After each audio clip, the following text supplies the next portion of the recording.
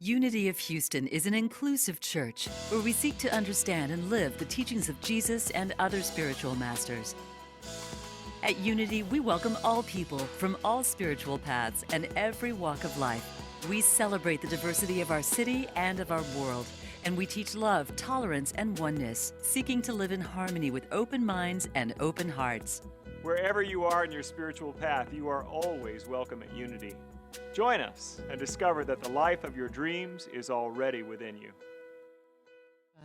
Well, I'm excited to bring the third chapter of our series, our book, A New Earth by Eckhart Tolle, the core of ego tonight. So we're getting into it. So we're just going to jump right into the ego because really this is his...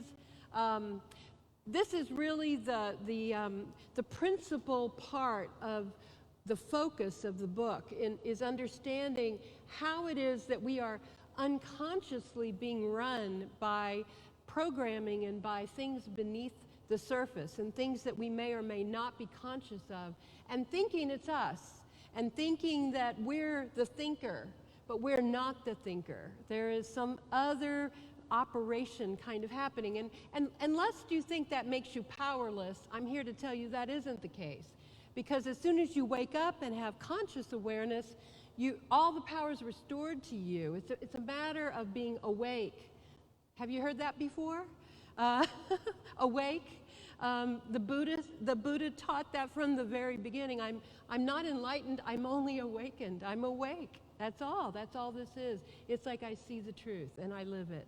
And so every time we wake up to it, things change. So let's go into how that can look in the way that he describes it in this chapter. He says in most cases when you say I, it is the ego speaking, not you. It consists of thought and emotion, of a bundle of memories you identify as me and my story, of habitual roles you play without knowing it, of collective identifications such as nationality or religion, race, social class, political allegiance. Egos only differ on the surface. Deep down, they are all the same, and they operate the same. That's me saying that. In what ways are they the same, do you think? He says they live on identification and separation. That's it. Trying to draw you back into the drama and trying to separate you from everything. And I would even remind you that the ego, even when you satisfy some part of the ego for a moment, you win an award, you win a conflict, you get the last word, whatever it is, wherever you are. It's a temporary, momentary kind of lull, I would say. I wouldn't call it peace, but it's a temporary lull before the next thing, before the next drama, before another thing comes along, because the ego is constantly dragging you up or down. Better than everybody, worse than everybody. If you get too high and mighty, then suddenly, whoa, you're brought back down to, oh, you're just the scum of the earth. You forgot to take care of that. This is the 47th time you meant to. You know what I mean? Or is that just me? Am I the only one who lives like that? It's like there's constantly this pull and push. So he says, so every ego is continuously struggling for survival, and the way the ego survives is to keep your attention. If your attention wanders, or worse yet, you let go of tension on the ego and instead open to all that is, to all that is. The ego is trying to pull you back, pricking something inside of you, making you uncomfortable, trying to disrupt your meditation, whatever it is, trying to protect and enlarge itself. That's the ego's job. That's all it is, and it's 24/7. It's like papering over the wall from the real world by reinforcing beliefs and decisions about others and ourselves, values, worthiness, all those things. It's kind of like when there's a chink in the armor of our long-held beliefs, and maybe a shining light comes through and we suddenly wonder, is this all there is? Is there something else? The ego will come and try to create drama or conflict or fear or worry or some other thing, so that you start to paper over that wall again to keep yourself in this small little space where it's controllable and where you are maybe not happy, but familiar and comfortable. The structures within us, created by our beliefs and by perspectives and opinions and unhealed wounds, Eckhart Tolle says all structures are, by definition, unstable. In other words, anything in this realm, anything in the 3D world, anything in this experience that begins also ends. Everything is in process. Everything is either being built or being broken down, sometimes at the same time. One end is starting, another end is breaking down. It's like, that is the flow of life. And he goes on to say, the reason is, actually he didn't say this, I did, they are unstable because they are not true. That's the real reason. It's not you're not being tricked. You're not being played. God isn't having a laugh on your, on your behalf or on your, what's the other word for that? But you know what I mean? Whatever, I'll think of it. Maybe I won't. They're unstable because they're not true, and they are created by the ego within us. All structures, all logical premises, all of those things, they're useful to navigating the 3D world. They have their place, but they were never meant to be your philosophy. They were never meant to be your construct of the way the world really works. Your guidance and your guidance factor doesn't come through here, it comes through here. We've said that 12,000 times, and still we have to say it again and again, and I have to remind myself every day, it's here, it's not here. Defensive thinking is a protection. An emotional reaction or choice then becomes examined, and then here's what happens. When I make a choice or a decision, and it blows up in my face, or I get confronted with it, or whatever, and I said something, and I'm like, well, why did you do that? Why did you say that? And I can almost immediately rise up and I have 7 reasons why I did that. Well, because last time I did this, and this, and this, and this, and that's the reason, and I have to go later on, so I filled up the car with gas, and so I made sure that I have all of these reasons. But did I have 7 reasons carefully constructed before I made the decision? I did not. I'm very certain that did not happen. I wasn't trying to defend myself. I was reacting. I was responding. I was regurgitating something. I was a knee-jerk reaction. And then my very able mind and ego began to construct my defense to protect myself from feeling hurt or attacked or judged or wrong, of all things. So this is how we often live, so precariously perched on the edge of disaster or what feels like ego death. Layers of conditioning and learning are useful for hitting car brakes when the car in front of me stops suddenly, but not so helpful to run around assuming I know others' motivations exactly the way I see them in light of my current emotions and my past. Right? We try to use the same mechanisms that we do to stay operating in the world and translate it into our spiritual and emotional and social life And that's where it starts to break down. It's not mechanized, it's not predictable. It's not true. Truth is discerned here in the heart.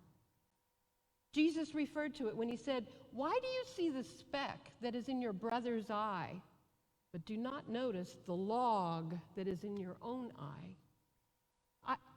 I've reflected on that many times, and I'm thinking, if you think about that, if you really did have a very noticeable protrusion of wood sticking out of your eye, how would it look looking in another eye? It might look like a speck in its reflection of someone else who's looking at you back. Your own log is a reflection in their eye. And that's all you see. In the Bible, Jesus' question remains unanswered, though. No one ever says why they do that. But the answer is, of course, because when I criticize or condemn another, it makes me feel bigger and superior. Let me say that again. Because when I criticize or condemn another, it makes me feel bigger and superior, smarter. I got it together. I see the way things are. They don't. One up, one down. If you sit with that a moment and try that on, think of the last time you criticized or condemned another person in spoken words or printed words or texted words or thoughts, just to yourself. How does that awareness feel? That your ego simply needed to feel bigger or superior. And so it was okay to denigrate or dismiss, judge, condemn, diss somebody else. Is that consistent with your values about yourself or about others? And how does it make you feel now to consider how you might have needed that in that moment? Notice the defense that flies up into your mind as your indignation arises that says, you were only standing up for what's right, or underserved, or undeserved, or overpowered. Because here's where we can, with awareness, distinguish between what actions are just or fair or beneficial to all versus the kind of person who acted. In other words, if we really are arguing about, well, they didn't do it right, they didn't behave properly, and so I was condemning that. But what I did was I actually condemned the person who did that. And that's different. That's like a bridge too far. Because in some ways, that's when the ego has really inserted itself into perhaps some righteous indignation, perhaps something that may have spurred us to take a stand, to speak up on behalf of someone else, to really challenge a mindset that might, who knows, change a mind somewhere when we take a stand and speak our truth coming from here. But that truth that comes from here need not ever attack a person to do that, or call a name, or denigrate a personhood to make a point of righteousness. It undoes it. It turns it into a fight.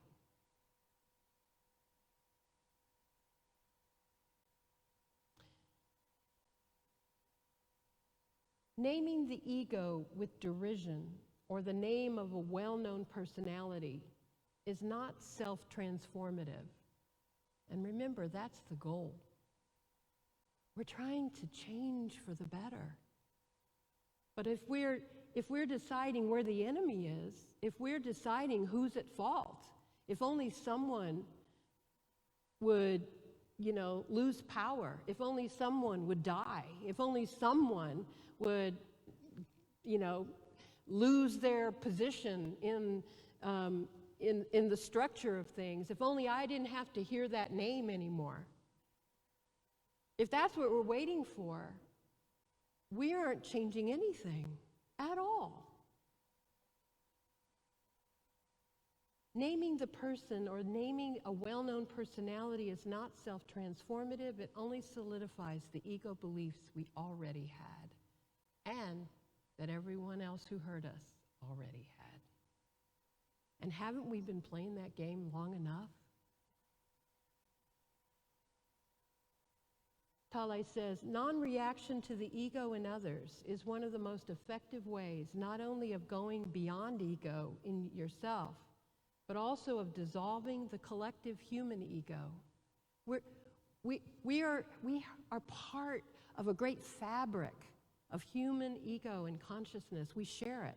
And because we do, whatever light we shine, whatever dismantling we do, whatever gain I make, it lifts the veil slightly. It lifts the fabric for us all. If anyone else does, it lifts it for me. Maybe today I had an insight I wouldn't have ordinarily had. It seemed to come out of nowhere. Maybe it was someone else's meditation, some awareness. Somehow I was given a light lifted. This is our benefit and our gift to one another. But you can only be in a state of non-reaction if you can recognize someone's behavior as coming from the ego, as being an expression of the collective human dysfunction. When you realize it's not personal. In other words, ego is an equal opportunity offender. It will, whoever, whatever is in its way, ego will take it out, will shoot it down. Even if there was great love and warmth and friendship and relationship, suddenly you said that? How could you say that to me?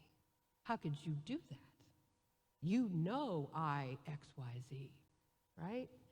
When you realize it's not personal, there's no longer a compulsion to react as if it were. What if you were just able to do the martial art act of just letting it pass by? It wasn't meant for me. I just happened to trip a wire. I happened to hit a trigger. I happened to find some place. I pressed a button I didn't know was there. I didn't know that was an upset for that person. It wasn't me, really. Even if they think it is. If I remember that it isn't, and my response is different, their response has to be different. May not be good, but it won't be the same automatic response because I didn't give them the automatic upset response. Do you get that? If I didn't, and if I can, then suddenly it puts them back and gives them an opportunity as well. At any rate, I'm not upset. And that's a win for me, at a minimum.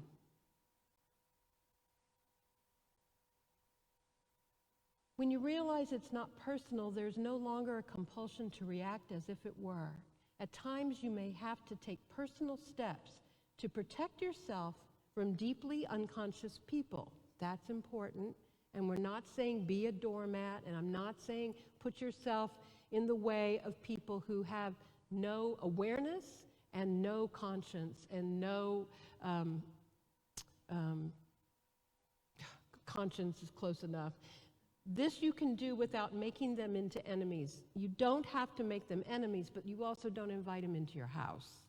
You don't invite them to come over and live with you. You don't have to take any of that behavior. You can set a very healthy boundary.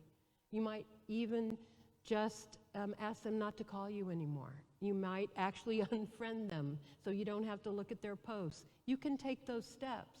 That's not retribution. That's normal ways of protecting yourself and saving, creating a peaceful place for you to live. Your greatest protection, however, is always going to be your being conscious. Don't go unconscious. Don't go into attack and reattack. Another word for non-reaction, he says, is forgiveness. To forgive is to overlook, he says, or rather, to look through. In other words, you look through the ego that is talking to you right now, or that has reacted to you, to the sanity that is in every human being as his or her essence. That's what Tale calls it. The sanity, there is a wholeness there on the other side of the crazy, insane ego. And when you can remember that it is there, look for it. Because if it's in them, it's in you. Because if it's in you, it's in them. Because we're all the same at depth. He says, see if you can catch, that is to say, notice the voice in the head, perhaps in the very moment it complains about something, and recognize it for what it is, the voice of the ego, no more than a conditioned mind pattern, a thought. In fact, you are the awareness that is aware of the voice. As soon as you are able to be aware, you're not it. Do you understand that? You get that? As soon as you're able to say, oh, I hear a voice, you're not the voice. If you're listening to the voice, if the voice is playing, you think you're thinking. You think it's you. You're owning these thoughts. Why would I think that? Oh gosh, I gotta lose that thought. Oh, why did I? Oh, I can't believe I came up with that. I should stop that. That is not really you. This is your opportunity to recognize that there's an automatic tape playing that's on the hunt to rile you up, make you feel bad, make you feel better, somehow, make you better than someone, make you less than everyone else. In the background, however, there's always your awareness, knowing, watching the drama, seeing what's going on. In the foreground, there's the voice, the thinker. In this way, you're becoming free of the ego, free of the unobserved mind. Awareness and ego cannot coexist. You're either going to be one or the other. You're either going to be in with the ego, thinking you've got to make a plan, you've got to get even, you're going to tell them this next time you see them, that kind of thing. You're either involved in that, or you're stepping back from it and you're breathing in peace, and you're allowing yourself now to see that, whoa, that's a big energy. I wonder where that comes from. I wonder how long I've been there. I wonder how that came up. I haven't felt that in a while. What is that connected to? Something from my past. That feels familiar. I recognize that. It's not who I want to be. It's not who I am. In that moment, freedom. In that moment, opportunity. In that moment, a moment of enlightenment. He says, in this way, you're becoming free of the ego, free of the unobserved mind. Awareness and ego cannot coexist. The old mind pattern or mental habit may still survive and reoccur for a while because it has the momentum of thousands of years of collective human unconsciousness behind it. But every time it is recognized, it is weakened. I'm going to say it again. Every time it is recognized, it is weakened.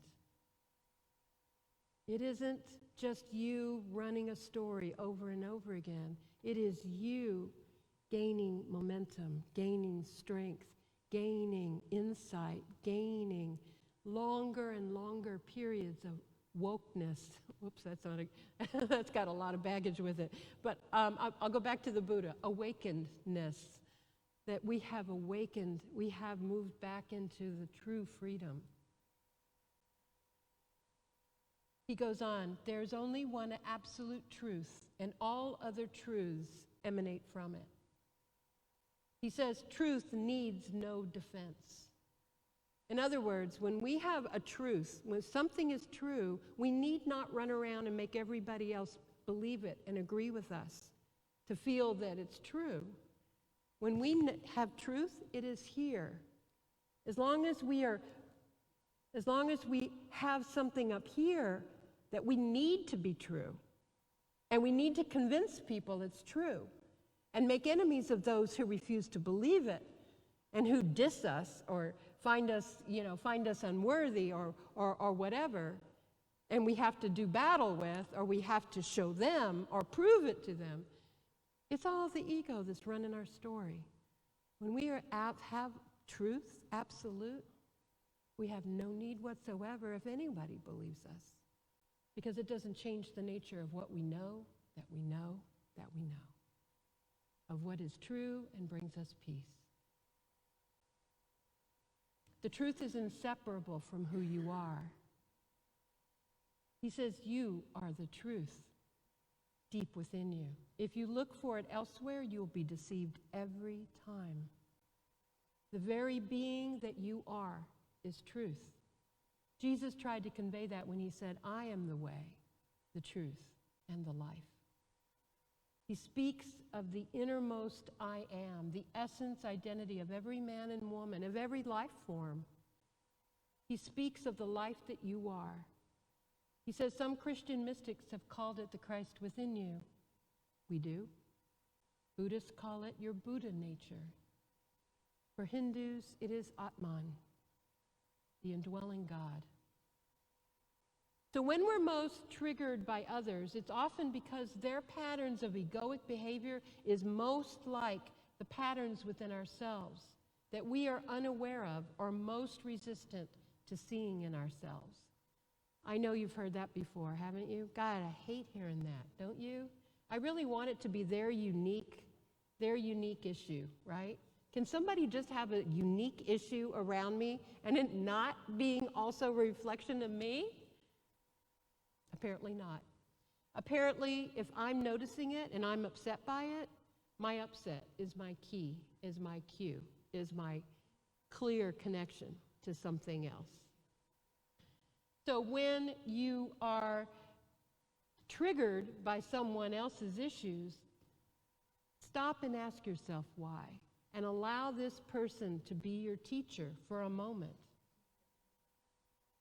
Because ego can never be true, and ego never brings peace, even if it brings an answer we want to hear. Anything that you resent and strongly react to in another is also in you, but it is no more than a form of ego. And as such, it is completely impersonal. It has nothing to do with who that is, nothing to do with who you are. That can be a relief because it's just a mechanism that just plays itself. It doesn't diminish your worth, even when you realize you've let the ego play out a little bit longer than usual this time. You let your ego run away with you. Remember, we were told you're letting your imagination run away with you? I love running away with my imagination. I don't know about you. I might also love running away with my ego for a while too.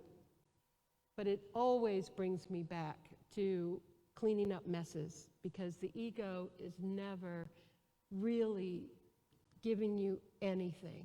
It can never bring you peace, and it's never right. So even if you draw some momentary satisfaction, it is so hollow and such short duration before the inevitable fall or the next striving or the next loss.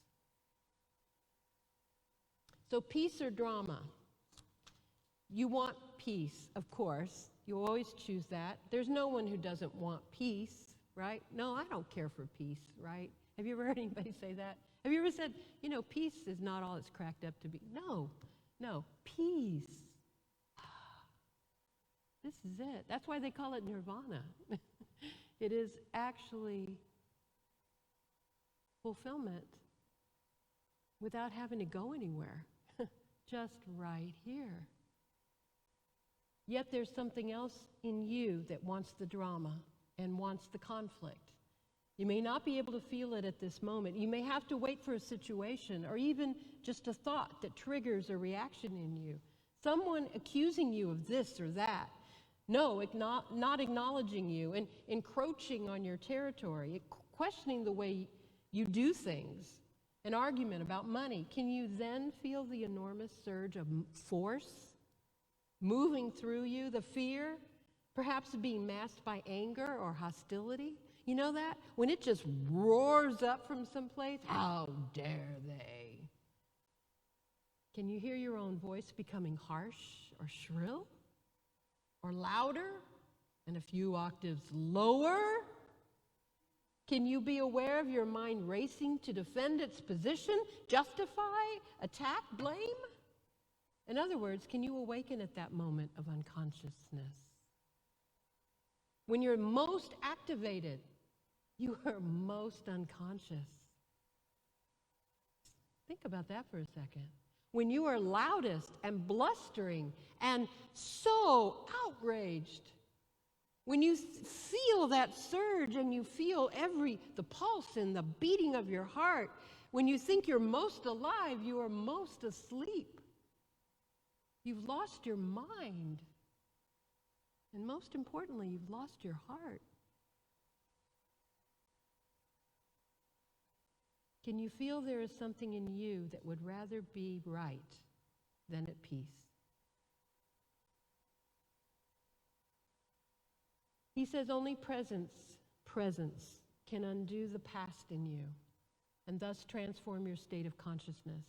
Once you realize and accept that all structures, all forms are unstable, even the seemingly solid material ones, peace arises within you. Peace is formless. Peace has no structure. Do you know where it comes from? The foundation of your being. It arises from an infinite place from which your soul has sprung. That's what peace is. It wasn't a collusion of conditions that just fell into sync for a moment. It wasn't anything anybody gave you. It didn't come in words.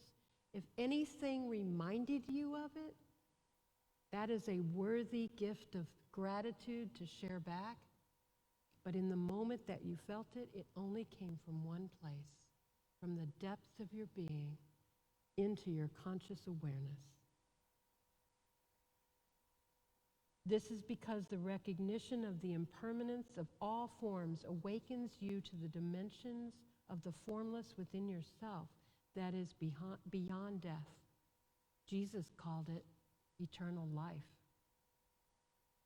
He also called it freedom. Know the truth, and the truth will set you free. You heard it tonight. God bless you all.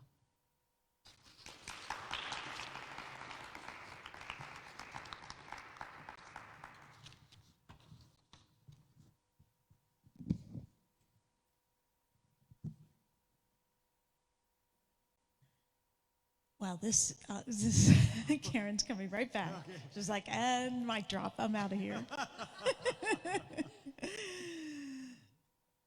Thank you, Reverend Karen. Wow, it's like, just can't help but see my own structure of processing things, and then it's like, oh, yep, I know that so well.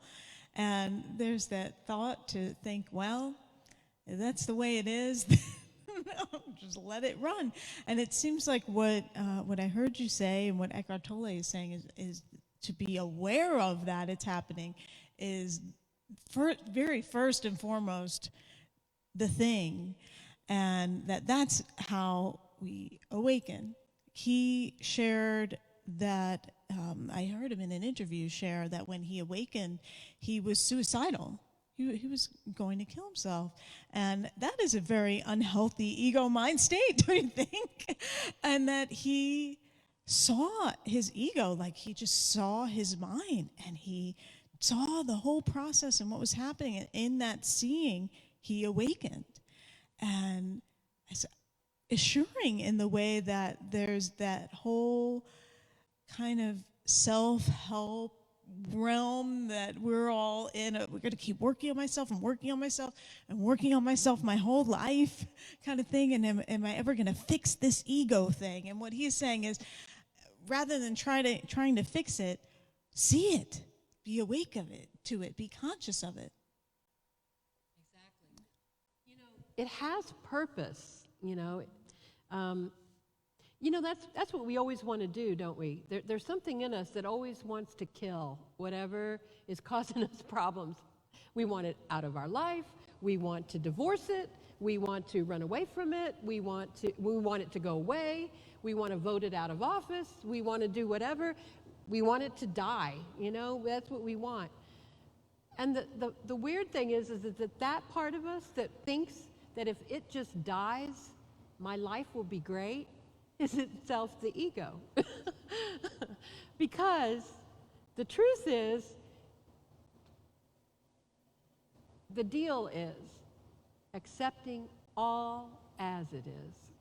That if we accept as is all of life, and we simply become bigger and greater, allow ourselves to breathe larger than whatever it is that comes at us, then in some ways we will have overcome it. It no longer runs us, and we have separated from it, and it can't hurt us anymore. And we don't think of killing anything. Honestly, there's nothing to remove, there's nothing to change. We've accepted it, right?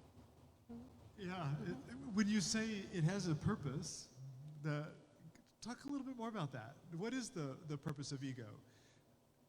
Well, ego helps us navigate in the 3D world. Ego would be like the part of us that, that we use to, for instance, to perform. I'm using my ego right now. There's a part of me that, knows instinctively how to project and how to express and how to be present to the moment, to be here now. There's a part of me that enjoys that and likes the feedback and likes to know I delivered and all of that kind of thing. That feels good. But I don't live for that result. Right. If I did now, I would be run by the ego. But there's a good balance. I'm in charge of that part of my ego. Okay. Do you see what I'm saying? I'm in charge of that. It's like I don't overrate that. So the ego is the part of us that is constantly evaluating. It's critical and sort of telling you, you got this, you're doing great, go, go, go, go, go. And it's also saying, now be careful, you're really kind of a jerk here. You need to, so it's doing it better than you. Yes, yeah, right. it's all that. Because I've heard people say that they really like being around people with healthy egos. And to the degree I understand that, I do too. Mm-hmm. So that what I hear that to mean is that somebody with a healthy ego is somebody who really knows their worth. They have value in the world, and they claim that value, and they therefore be that the world wants that value. And having a healthy ego means that you're right-sized. You got that in check so that you don't overplay your hand, and yet on the other hand, you're standing fully in what God needs you to do in order to be the fully realized human being that you are to be this time around. That makes sense to me. In this moment, I gotta say, listening, this is, wow. It's I know. I want handles, and I think that's a little bit about what a conversation involving ego is be aware, live in the awareness. Sort of a corollary to that is let go. Let go, be aware, and now you're not anymore. Okay, let go again, be aware. Oh, okay, now you're hanging on again. It's just this, it feels like this constant battle. I think you kind of referenced it, Jean. I don't want to put words in your mouth, but I've heard you say it before, and I heard you reference it tonight. Like, am I ever going to get it fixed, or is my whole life going to be a work in progress? And is that really going to be our relationship with ego for our entire lives? Is coming back into awareness and then realizing that we're not? And does it ever change? Is that sort of the gift? Well, I think the key really is not to be focused on ego, but to be aware of its what it feels like. When I'm lost in ego, I know what that feels like. I'm out of balance. I'm either the scum of the earth, or don't know how they can afford to keep me here any longer. Whatever. It's like I'm either the best thing since sliced bread or the worst thing that's ever walked. It's like it's constantly trying, and it will never let me just be me and to appreciate the value of everyone else and to be in harmony with that and to see the differences and to celebrate that and to be okay with that and without having to like scooch up and show them a little bit, you know what I mean? Be a little bit better than that, or am I okay if I'm not as they are? And I mean, it's like that. It's like trying to manage the ego, but coming from our heart will always orient us to what we truly believe and what is really true and what is really where our love is and where our peace is. It's always going to come here. If you can't figure it out, stop trying. If you can't decide if it's the ego or if it's not the ego, is that me or is it not? It is the ego because you're caught up in it. If you're caught up in it up here, if it's above your chin, you are caught up by the ego. Just assume that. Because the ego does not live here. Okay. But you do. This is where your foundation is. This is your truthometer. It's right here. Always. Just remember that. Mm-hmm. Yes. Well, I'm wondering if we should keep going. I did think of another thing from the chapter that I liked is that you were saying these teachings about ego are not meant for us to just be a victim and let everything happen to us and we'll just let it go.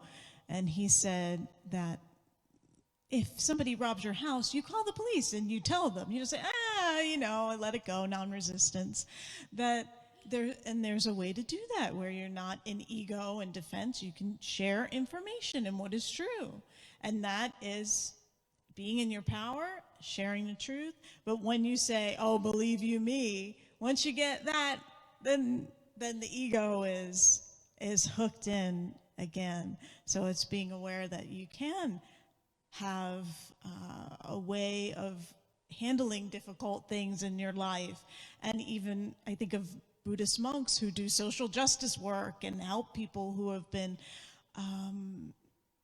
attacked in wars and that kind of thing, and that they do get involved. They don't say, well, I'll meditate for you. They'll actually get out there and get involved, and they're able to do it without getting into those positionalities. And like you said, well, we need to get rid of that person and then everything will be peaceful. It arising from the peace within. Well, I think that whenever we try to decide what is wholesome action, what is love in action, what is justice, what is righteous, what is fair, what is mine to do. Anytime we want to really know that, we cannot cogitate it. We cannot figure it out. We've already tried to do that, which is why we're asking. It's here. And so we breathe into our hearts and we allow the question to rest there. And it may not know immediately, but if we really want to know, we will know. And it'll be brought to us because it is our turn, our time, and we will be put into action. We will not be wasted, and we will be led from our hearts. And then everything will be in right order. And the ego will do its job and no more than that. Mm-hmm. Yes, the ego is best functioning in service to our spiritual nature. For sure. Well, thank you both so much. This is a deep and rich topic, and we'll continue next week as we get into the next chapter. Thank you for watching this message today. I'd like to invite you to join us in person here on campus at Unity of Houston for Sunday morning or Wednesday evening services. If you can't be with us here on our campus, you can still join us live on Facebook or on our website, unityhouston.org, Sunday mornings at 11 a.m. Central.